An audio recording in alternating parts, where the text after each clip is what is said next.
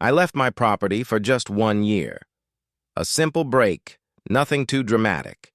But when I returned, I couldn't believe my eyes. My quiet piece of land had turned into a neighborhood of massive, luxury mansions.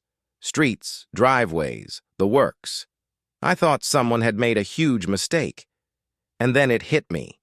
The HOA had taken over. They built on my land without asking. At first I was furious. My land, my rights, gone.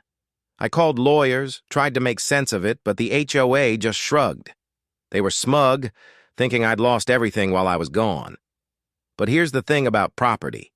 You can't take what isn't legally yours, no matter how much you try to convince yourself otherwise.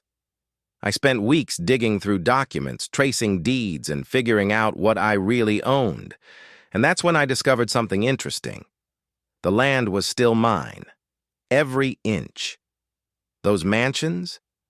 Technically, they were sitting on my property. I realized I had leverage, huge leverage. The next step was bold. I approached the HOA calmly but with a clear message. You're using my land. You need to pay me for it. At first they laughed, thinking it was a bluff.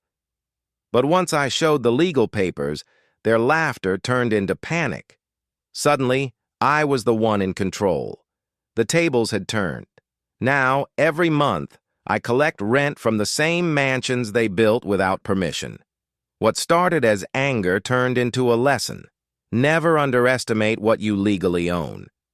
People thought they could take advantage of me, but in the end, the land and the money was mine all along. And the best part? I didn't even have to kick anyone out. I just let the situation work for me.